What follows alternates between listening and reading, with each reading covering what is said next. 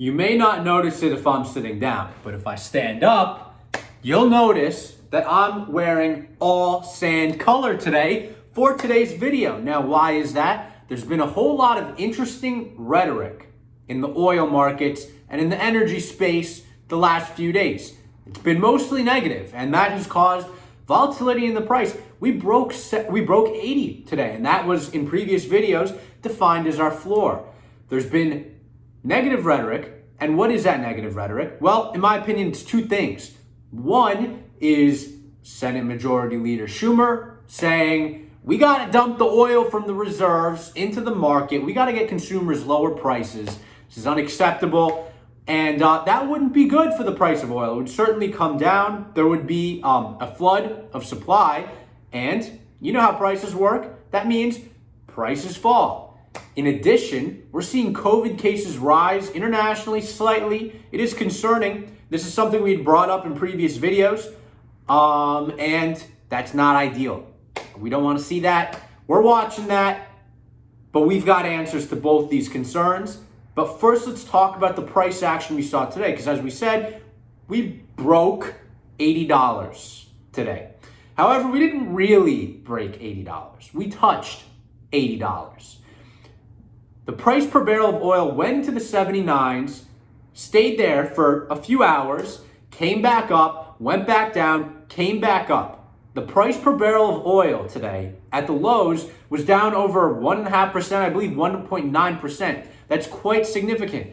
In the morning, within an hour, it was really more like within 30 minutes, the price per barrel of oil moved up 1%, not in the green 1% from the low, the level it was at, to a new higher level. That's quite significant move in 30 minutes, an hour, whatever it was. I don't have the exact time frame for that. But there's demand. There's people trying to buy this oil down here at these levels, knowing that there remains a supply and demand deficit. And that's just a fact. There is a supply and demand deficit. That's why you're seeing Senator Schumer come out with all this rhetoric. But I actually believe it is just rhetoric. We have already depleted the petroleum reserve, the oil reserve, 20 million barrels. What did it do? I don't know. We hit new all-time highs. Did it do anything? If you ask me, no, it did not do anything. We can't really deplete our reserves. Yes, we can, kind of draw on them a little bit, but we can't deplete our reserves. It's not like we're going to flood the market and send the price down to $50 a barrel. Sure, maybe we'll put something out there. I don't know. I don't know if that's going to happen, but if we did, maybe it would have some effect, but we did that and it's not had an effect. So I think things are going to be okay, and that won't solve the supply and demand imbalance that remains in the market. That is a longer term for now picture, and that is a longer term picture. One might say, hey, if we're getting prices up, of course producers are going to come back in. That doesn't seem to be the case. There's little incentive for producers to increase production when the horizon shows that we're going to be off of oil and that the administration is very hostile to oil and that it's an expensive process. You're going to invest money into something and you're going to have to close it in a couple years. Doesn't make a whole lot of sense, especially when they're making a lot of money with the price per barrel all the way up here. So I think we're addressing those concerns. I'm not worried about the petroleum reserve, not worried about the supply and demand dynamics changing. Yes, EVs are on the horizon. The EIA or IEA, the Government Energy Association, expects that oil will remain the largest energy source until 2050. It's a long time. And that global energy demand will increase, overall energy demand will increase 50% between now and then. So I believe the long-term picture is there for oil. Now, there are lots of good stocks you can play in this area. The stocks we choose to play in my fund with my clients are stocks that have long-term potential that we can get at this incredibly mispriced allocation, I guess you would call it, and hold just indefinitely. Stocks that are focused on the period beyond 2050, even though we'll still be having oil then, the period beyond, the whole future, like Exxon, like Schlumberger, these are stocks we like, and we're positioned well in them. So we are watching COVID. We've been through waves. We had a wave over the summer. It had an impact, and then we hit new all-time highs. Another thing, petroleum reserve, I forgot to mention, they're talking about it now. Schumer's talking about it now. But last I checked, we hit the 52-week high, the year high, the several-year high, actually, 2 weeks ago. Where was he then?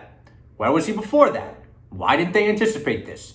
I think, as I said, it's rhetoric. It's talk. It's not real. We'll see. Maybe they'll do another 20 million barrels that had no effect previously. We'll see. That's energy. Mining and material stocks down today. Gold looks like it's making its inflation breakout. It's well below the 52-week high. It's looking good on the technical chart. It kind of looks like it poked through that downtrend that, hit 2 points or whatever. And I'm buying. This is an area that I've liked for a long time, since, early last year. And I'm re-entering it with long-term options going out until September 30th of next year in the money. And I'm liking that trade, that position, and I'm feeling good about that. So we'll see what happens there. I'm liking it, and we'll see what happens.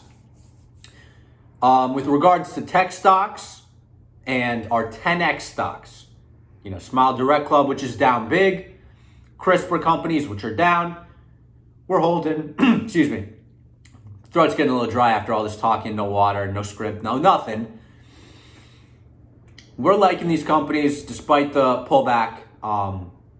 This is part of our portfolio. We believe in these companies, and we're holding them. However, there's a new tech company that I want to bring to your attention, and I actually just wrote a Twitter thread about it. Have not taken a position yet because I'm trying to sell a pink sheet stock, Aston Martin, which I love the cars, but it is the place that I can draw capital from right now, and deploying that capital to IBM, IBM being the stock. Last night, they put out headlines that they have developed a quantum computer chip. This is like massive, I suppose. A quantum computer, all computers right now use ones and zeros. A quantum computer can use either at the same time. It's a new paradigm in computing ability. And we're seeing Apple computers get faster, but it's not going to make an impact on you unless you're, a content creator at the highest level. Not even me. But who it does make a difference for are people like crypto miners, which we know are developing and growing and are still in the very early stages and provide companies like NVIDIA a whole lot of money. Crypto miners and their biggest current customers, cloud and analytics people. Cloud and analytics people want high quality processing. And I would assume that improvements in this power, in this ability to derive information from analytics is going to be quite significant. So I will admit, I'm going to disclose here, I'm not a computer scientist, okay? I'm a portfolio manager who happens to have a tech company, who happens to work with a cloud hosting company and use analytics. And from that perspective, I can tell you that I can perceive that someone who's doing high-level, complex, advanced analytics and paying a lot of money for that currently, which there are people who are doing, will also be attracted to this product. IBM is trading at a very attractive PE around 22 with a 5% dividend. It's a good price, and I believe it's a good stock and a good company. We'll see what happens. Just bringing it to your attention because it's not a 10x company potentially, but it might be a 2x, maybe a 2.5, maybe a 3, maybe a 1.5, or not. We will see, but I'm bringing it to your attention, and I'll be taking a position tomorrow once I can sell that Aston Martin. So that's my positioning, and until next time, peace out.